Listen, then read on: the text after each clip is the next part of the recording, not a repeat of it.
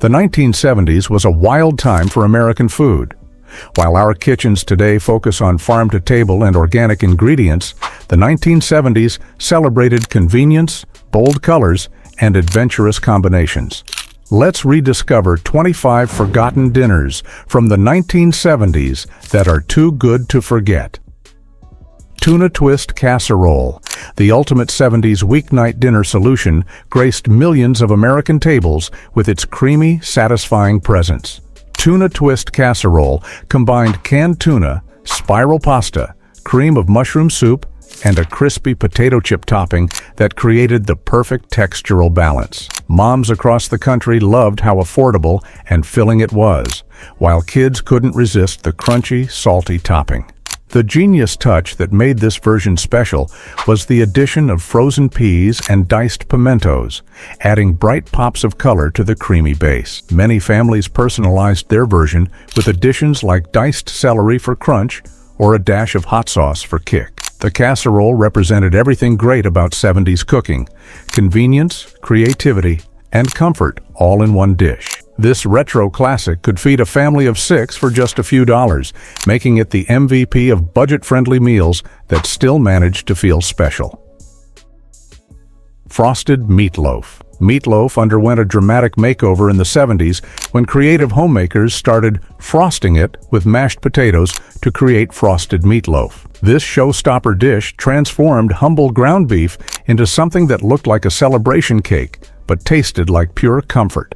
The base consisted of traditional meatloaf mixture, ground beef, breadcrumbs, eggs, and finely chopped onions, often with hidden vegetables like grated carrots. After baking, the meatloaf was cooled slightly and then covered completely with creamy mashed potatoes applied with decorative swirls using a piping bag. Ambitious cooks would add food coloring to portions of the potatoes to create flower decorations on top. Some versions included a thin layer of ketchup between the meatloaf and potatoes for extra flavor. The beautiful presentation belied how practical the dish actually was. It used affordable ingredients and could be prepared ahead of time for company. When sliced, the contrast between the beef and potato layers created a dramatic effect that made dinner time feel special.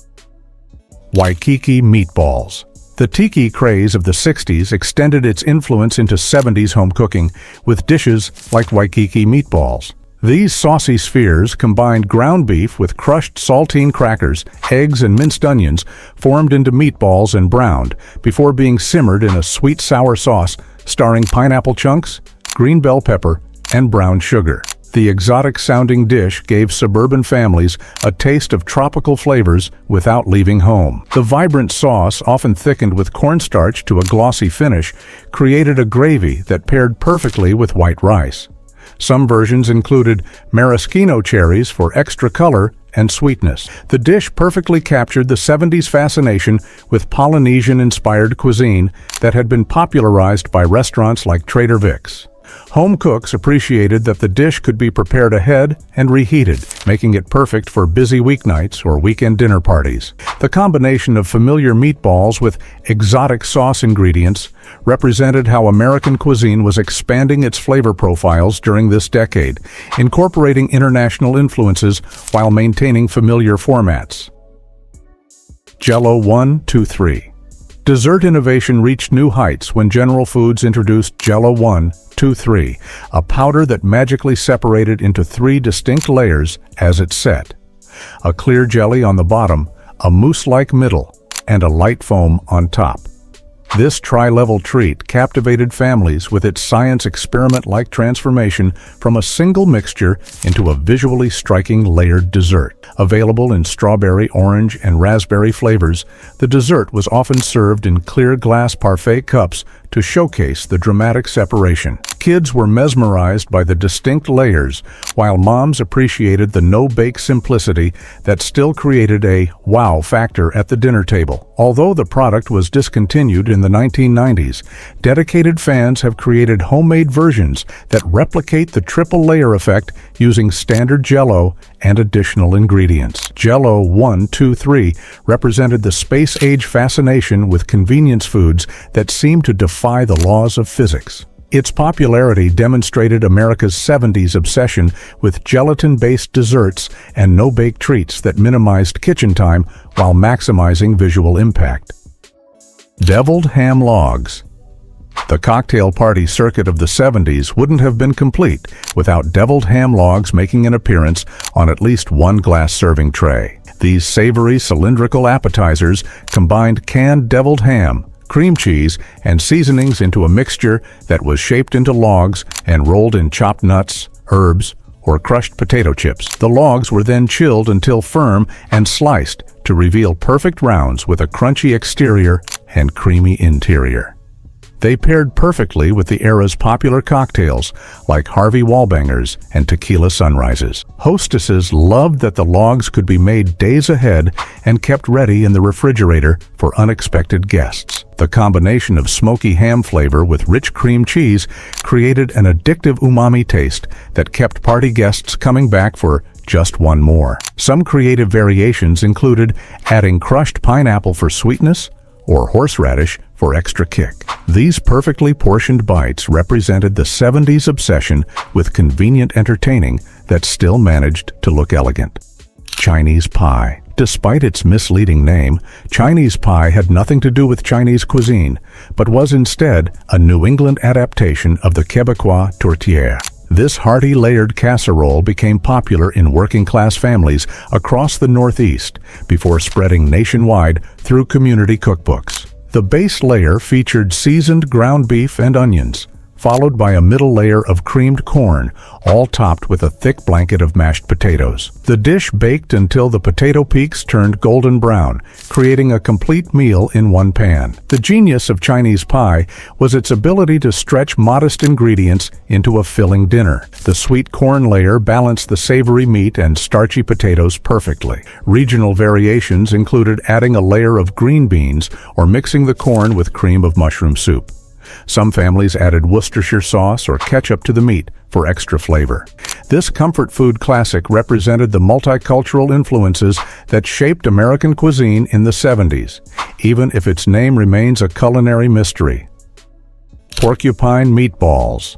These whimsical meatballs earned their name from the way uncooked rice mixed into the meat mixture absorbed liquid during cooking, then poked out like little quills. Porcupine meatballs combined ground beef, uncooked rice, eggs, and seasonings, then simmered them in tomato sauce until the rice was tender. The genius was in the rice serving dual purposes, as both a filler to stretch expensive ground beef and as the starch component of the meal.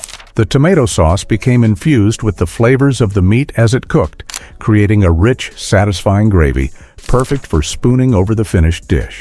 Moms appreciated that this one-pot meal required minimal cleanup and could simmer unattended while they helped kids with homework. Regional variations included adding green peppers to the sauce or incorporating oatmeal alongside the rice in the meat mixture.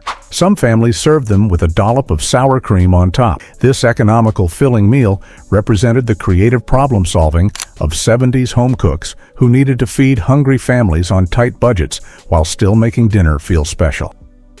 Tomato Aspic with Veg All. Perhaps no dish screams 70s dinner party louder than tomato aspic with Veg All.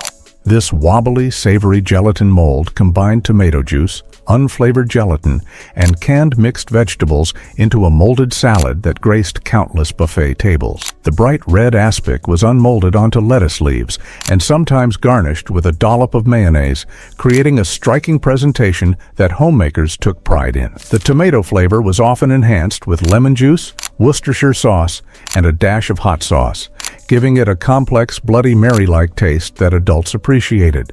Canned Veg All provided convenience and colorful vegetable pieces suspended throughout the clear red jelly. Some variations included adding chopped celery for extra crunch, or horseradish for kick. The aspic represented the 70s fascination with gelatin in all forms, from desserts to savory salads. While modern diners might hesitate at the concept of vegetables suspended in jelly, many who grew up with this dish remember it fondly for its refreshing tanginess and visual impact. Carrot Raisin Salad. This sweet and crunchy side dish brought color and nutrition to countless dinner tables and potluck gatherings throughout the decade. Carrot raisin salad combined freshly grated carrots with plump raisins, dressed with a sweet mayonnaise dressing that often included a touch of pineapple juice for extra flavor. The contrast between the crisp carrots and chewy raisins created a textural experience that appealed to both children and adults. Home cooks appreciated that the salad could be prepared hours ahead and would only improve as the flavors melded in the refrigerator. Some variations included adding crushed pineapple, chopped walnuts, or a sprinkle of coconut for extra tropical flair. The bright orange color made it a popular choice for holiday meals, adding vibrant color to plates dominated by beige and brown foods. This sweet vegetable salad reflected the 70s approach to getting children to eat vegetables by making them taste like dessert. Despite its simple ingredients, the combination created a flavor profile that became deeply nostalgic for anyone who grew up during this era. Ham and banana hollandaise. One of the decade's more unusual creations, ham and banana hollandaise represented the experimental spirit of 70s cooking. This eyebrow-raising dish featured ripe bananas wrapped in ham slices, baked with a drizzle of mustard lemon juice, and topped with a quick hollandaise sauce made from egg yolks, butter, and lemon juice. The sweet-savory combination appeared in several women's magazines of the era, presented as an elegant luncheon option for adventurous hostesses. The contrast between the warm, soft banana and the salty ham created a flavor experience unlike anything in modern cuisine. The dish was often garnished with parsley and paprika for color and served with rice pilaf on the side. While it may sound bizarre to modern palates, the combination reflected the 70s fascination with Hawaiian-inspired dishes that paired meat with tropical fruits. Home economists of the era promoted such recipes as ways for homemakers to demonstrate culinary creativity while using convenient ingredients. Despite its short-lived popularity, ham and banana hollandaise represents a fearless approach to flavor combinations that defined the experimental food culture of the decade. Cheese fondue. The ultimate 70s social dining experience, cheese fondue brought family and friends together around a communal pot of melted Swiss and Gruyere cheeses. This interactive meal became the centerpiece of countless dinner parties after Americans discovered the Swiss tradition. The pot of bubbling cheese was seasoned with garlic, white wine, and Kirsch liqueur, creating a luxurious dipping sauce for cubes of crusty bread. The communal aspect made dinner time an event rather than just a meal. Special long-handled fondue forks with colored tips helped diners keep track of their bread cubes as they dipped into the shared pot. Party tradition held that if someone dropped their bread into the cheese, they owed the table a kiss or had to buy the next round of drinks. Beyond the basic recipe, adventurous hosts offered additional dippers like boiled potato cubes, apple slices, or even cubed ham. The popularity of cheese fondue spawned countless fondue cookbooks and led to chocolate and oil fondue variations. The dish represented the 70s emphasis on casual entertaining that encouraged conversation and connection. Watergate Salad. Named after the famous political scandal of the era, Watergate Salad became an instant sensation after Kraft printed the recipe on their pistachio pudding mix boxes. This green, fluffy concoction combined instant pistachio pudding mix with crushed pineapple, miniature marshmallows, chopped nuts, and whipped topping into a sweet side dish that defied traditional meal categories. Was it a salad? A dessert? Americans didn't care. They just knew it was delicious. The bright green color made it a conversation piece at potlucks and holiday gatherings. The dish required zero cooking skills, just stirring together cold ingredients, making it accessible to even novice cooks. Some variations included adding cottage cheese for extra protein or maraschino cherries for color contrast. The unusual name helped spread its popularity as people shared the recipe with friends, sometimes calling it pistachio delight or green stuff instead. This sweet, airy concoction represented the 70s love affair with instant pudding mixes and Cool Whip.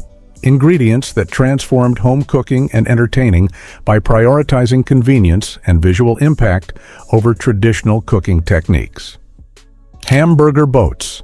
Dinner became an adventure with Hamburger Boats, turning ordinary ground beef into a playful meal that delighted kids and adults alike. Hollowed-out hamburger bun boats were toasted until golden, then filled with a savory mixture of browned ground beef, diced onions, and the all-important canned tomato soup that gave the filling its signature flavor. The boats were topped with melted American cheese slices that created a gooey treasure under which the flavorful meat mixture waited. Moms often snuck chopped vegetables like bell peppers into the filling, making it a complete meal disguised as a fun food experience. The genius of Hamburger Boats was in their customization. Each family member could dress their boat with different toppings, like sliced olives, pickle chips, or crushed potato chips. This affordable meal stretched a pound of ground beef to feed a family of 4, providing a welcome break from standard hamburgers while using many of the same ingredients families already had on hand.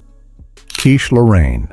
Once considered exotic French cuisine, Quiche Lorraine became a mainstream sensation in 70s America, appearing at brunches, luncheons, and dinner parties nationwide. The savory custard tart filled with bacon, Swiss cheese, and onions nested in a buttery crust represented sophisticated continental dining made accessible to home cooks. Despite later being mocked in the 1982 book Real Men Don't Eat Quiche, throughout the 70s, it was the go-to dish for hosts wanting to impress guests with their international culinary knowledge. The combination of crisp crust, creamy egg filling, and smoky bacon created a perfect balance of flavors and textures. Ambitious cooks experimented with variations, adding spinach, mushrooms, or seafood to create their signature versions. The dish could be served hot, room temperature, or cold, making it perfect for buffets and picnics. Quiche represented the growing American interest in international cuisines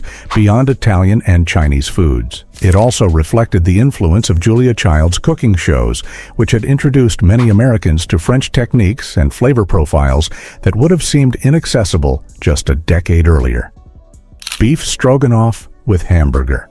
This Americanized version of the classic Russian dish became a weeknight staple by substituting ground beef for the traditional expensive beef tenderloin strips. Beef Stroganov with hamburger combined browned ground beef with sliced mushrooms and onions in a creamy sauce, enriched with sour cream and sometimes cream of mushroom soup. Served over egg noodles, it provided a quick route to an elegant-sounding dinner that satisfied hungry families. The dish appeared frequently in women's magazines and community cookbooks as a budget-friendly meal with international flair. Some variations included adding a splash of cooking sherry or a dollop of ketchup to enhance the flavor profile. Busy moms appreciated that the dish could be prepared in a single skillet, except for the noodles, and required ingredients commonly found in 70s pantries and refrigerators. The creamy, savory flavor appealed to children and adults alike, making it a rare, no complaints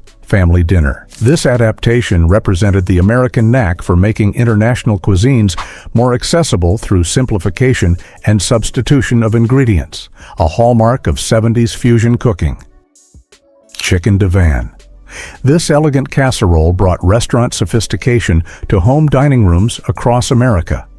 Chicken divan layered tender chicken and fresh broccoli spears with a rich sauce made from cream, butter, and sherry, then topped with cheese and breadcrumbs before baking to golden perfection.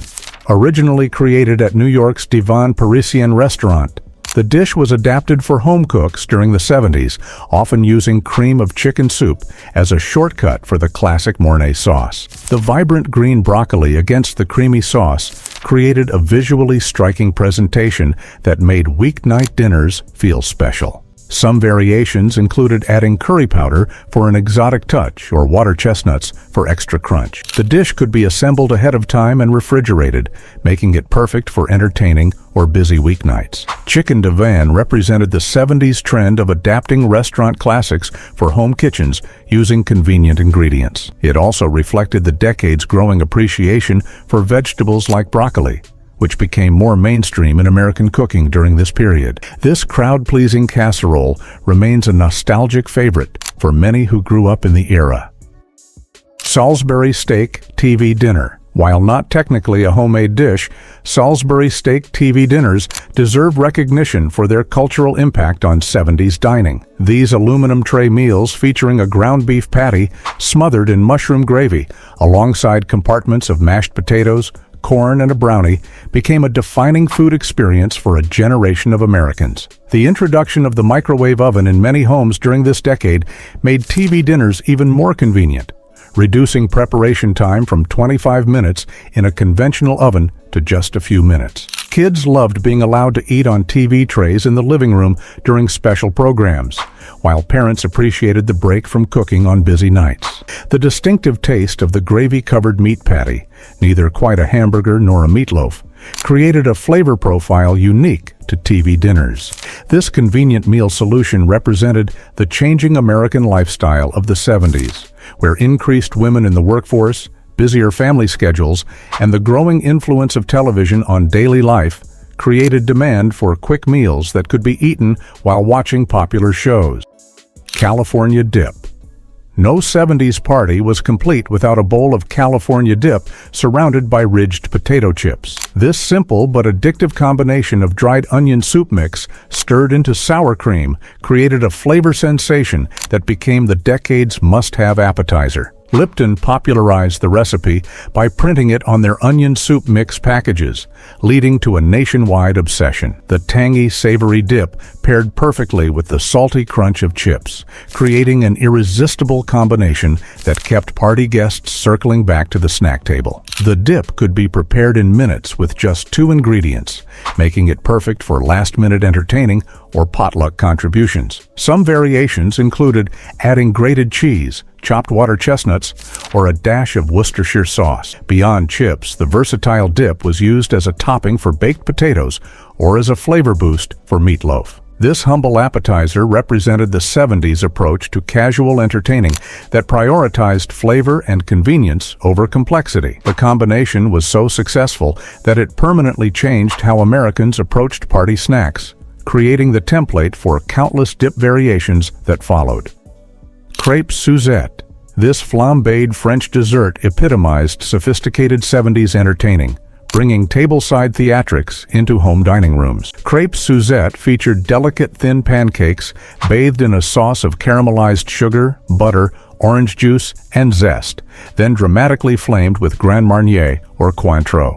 The preparation was as much performance as cooking, with hosts proudly demonstrating their culinary prowess by safely controlling the impressive flames. Julia Child and other TV chefs had popularized French cooking techniques, inspiring home cooks to attempt dishes previously found only in high-end restaurants. The combination of delicate crepes, rich buttery sauce, and bright citrus flavors created a memorable dessert experience. Some home cooks simplified the recipe by preparing the crepes ahead of time and only flaming the sauce at the table. The dramatic presentation made this dessert perfect for special occasions and dinner parties where hosts wanted to create a memorable finale. Crepe Suzette represented the 70s enthusiasm for international cuisine and theatrical food presentation, a time when the joy of cooking was found not just in flavor, but in the entire sensory experience surrounding a dish. Butter and sugar sandwich. The sweet treat that made you the envy of the cafeteria. White bread, a thick layer of butter, and a heavy sprinkle of white sugar. Sometimes the simple things were the best things. Your mom made it when groceries were running low, but you didn't mind. The sugar would crunch between your teeth while the butter melted on your tongue. By lunchtime, the sugar had usually melted into the butter, creating a sweet glaze that no modern dessert could match. The corners of the sandwich would often have extra sugar that hadn't quite stuck to the butter, creating little sweet deposits that you'd save for last, like nature's sprinkles. There was an art to the butter application. Too cold, and it would tear the bread. Too warm, and the sugar would immediately dissolve. The perfect butter and sugar sandwich had just the right ratio, where you could still see individual sugar crystals sparkling on the surface, promising that perfect sweet crunch. Sometimes you'd open your sandwich at lunch to find the sugar had created beautiful crystalline patterns in the butter, like tiny edible snowflakes that disappeared on your tongue. Potato peel soup. Second is the remarkably resourceful potato peel soup. a creation born from hardship that's now nearly vanished from our culinary consciousness. Hidden within the yellowed pages of grandmother's tattered recipe collections, this testament to wartime ingenuity transforms what most modern cooks discard into a surprisingly filling meal. This remarkably simple dish, little more than seasoned water transformed into broth with discarded potato skins, reveals our ancestors' resourcefulness during lean times. What makes this forgotten classic truly remarkable isn't its flavor profile, but its astonishing ability to satisfy hunger for extended periods. Similar to how modern diners feel surprisingly full after a bowl of oatmeal, potato peel soup leverages the substantial fiber content concentrated in potato skins. Approximately half the vegetable's total fiber resides in the peels alone. This humble recipe earned its place in old cookbooks precisely because it sustained families when resources were scarce, effectively suppressing appetite when food was limited. While created from necessity rather than culinary ambition, this forgotten dish reminds us how traditional wisdom found value in what modern kitchens typically discard.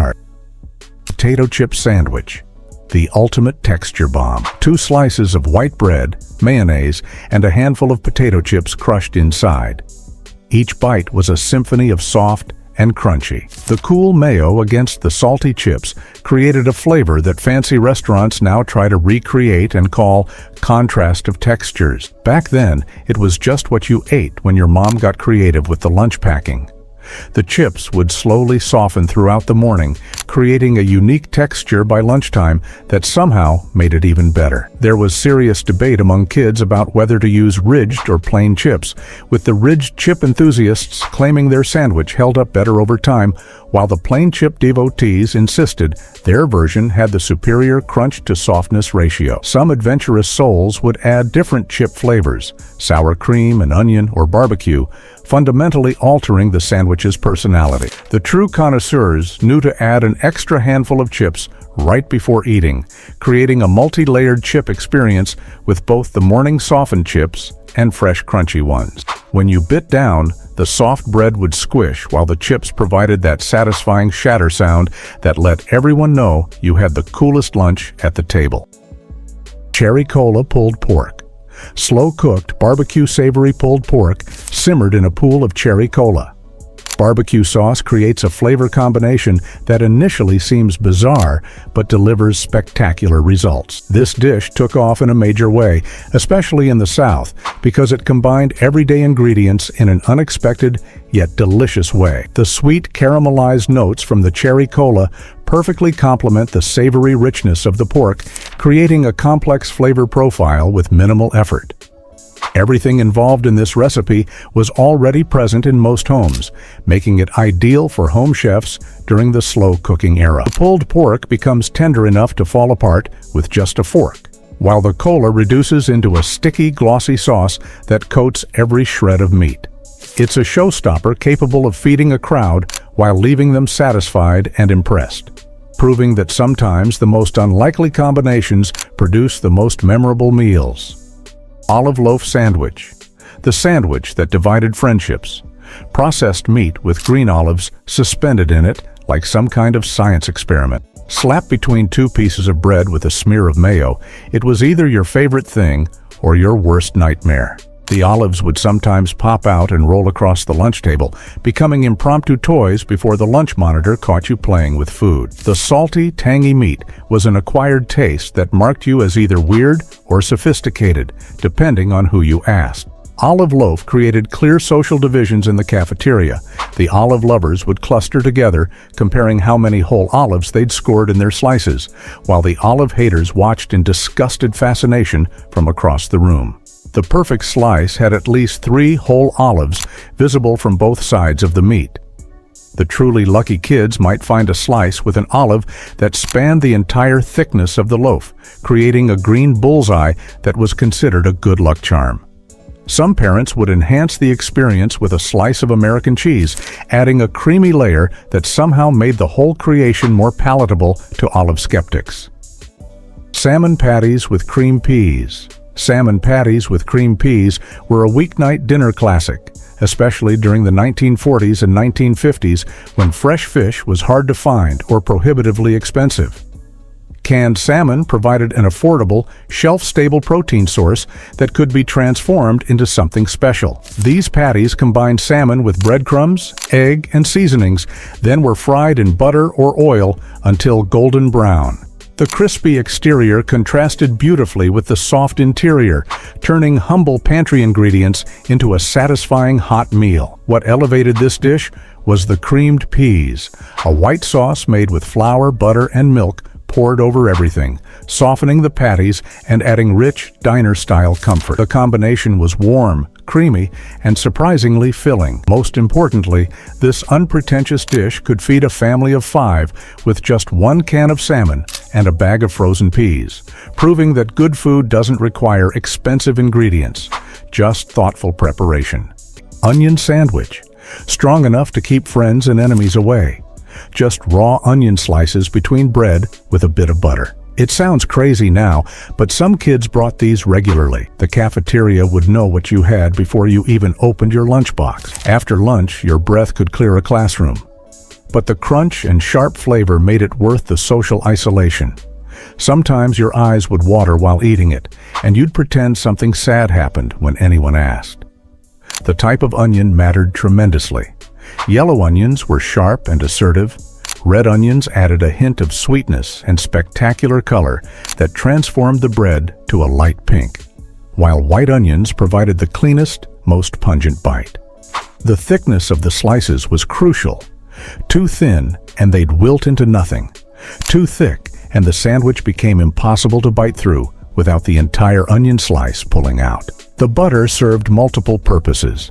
It protected the bread from getting soggy, it tamed the onion's sharpness just slightly, and it added richness to what was otherwise a very aggressive flavor profile. Kids who brought these were immediately classified as having either very old-world parents or extreme confidence. The territory around an onion sandwich eater would gradually clear during lunch period, leaving them with extra elbow room that other kids secretly envied despite the olfactory consequences.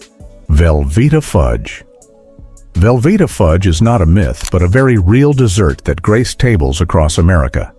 The star ingredient is that familiar processed cheese brick found in countless refrigerators. The logic behind this unusual combination? Velvita is soft, salty, and melts perfectly. When combined with cocoa powder, butter, and powdered sugar, it creates a rich, creamy texture remarkably similar to traditional fudge. Skeptics became believers after tasting it. Once melted and mixed, the cheese's flavor disappears completely, leaving behind deeply chocolatey, ultra-smooth fudge with a subtle salty edge. During times when fresh dairy was expensive or difficult to store, Velvita offered a practical alternative that didn't require refrigeration until after preparation. This recipe became a cherished family secret, passed down through generations with the caveat, just try it before you judge it. The unexpected marriage of processed cheese and chocolate demonstrates the creative problem-solving that characterized mid-century American cooking, finding new uses for everyday ingredients to create something surprisingly delicious.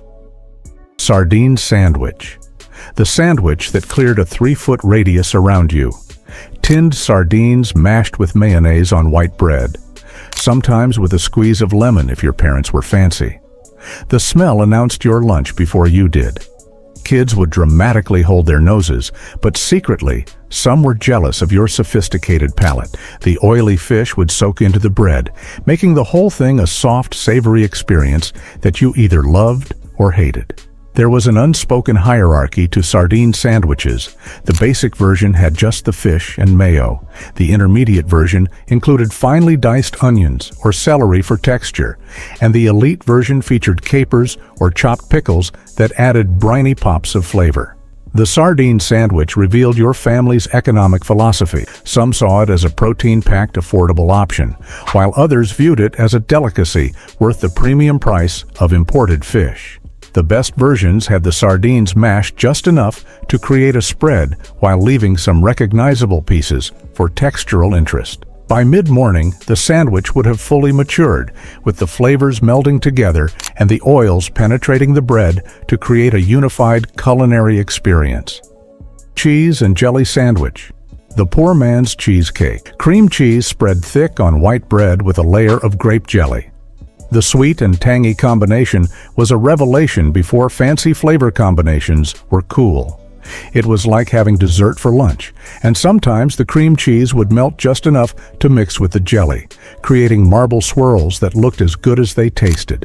The bread would get a little soggy, but that was part of the charm. Opening your lunchbox to find this sandwich meant your parent had taken extra time that morning, as spreading cold cream cheese on soft bread required patience and finesse. If spread too roughly, the bread would tear, resulting in a patchwork sandwich that tasted the same but lost aesthetic points. Different jelly flavors created different experiences. Grape was classic and assertive. Strawberry added a hint of sophistication, and the rare exotic flavors like apricot or blackberry meant your family had recently visited a farmer's market or fancy aunt. The sandwich's appearance would transform throughout the morning. By lunchtime, the jelly would partially absorb into both the cream cheese and bread, creating a graduated color effect that was visually striking. In winter months, the cold classroom would keep the cream cheese firm, while in warmer seasons it would develop a soft, almost frosting-like consistency. Egg drop soup. Egg drop soup appears in countless vintage cookbooks as a timeless comfort dish once prepared in nearly every American kitchen. This recipe, originally tucked between yellowed pages of grandmother's handwritten collections, represents culinary wisdom nearly lost to time. In those dog-eared cookbooks from generations past, instructions detailed how to transform humble ingredients into something remarkable by whisking eggs into a simmering broth, creating silky ribbons that danced through the golden liquid. The instructions were charmingly imprecise. A pot of broth heated until steam rises, with eggs added in a thin stream, while stirring gently to achieve the characteristic delicate texture. The result was a soup that combined the rustic simplicity of farm-fresh eggs with carefully crafted broths that simmered for hours. Often, handwritten notes in margins suggested additions, like a pinch of freshly ground pepper or garden-grown scallions to enhance the traditional flavor. This beloved dish filled not just recipe cards, but entire sections of community cookbooks, where each family's variation told stories of regional preferences and heirloom techniques. Modern cookbooks rarely feature this once ubiquitous soup in its authentic form, having replaced it with fusion versions or simplified shortcuts. Today, finding the original recipe requires hunting through antique bookshops or inheriting treasured family recipe collections. In a world of digital recipes and cooking trends, traditional egg drop soup stands as a delicious artifact of culinary history, preserved only in the faded ink of recipe books that once formed the backbone of American home cooking. Bologna and mustard sandwich, the classic that defined a generation. Perfectly round bologna with yellow mustard on white bread.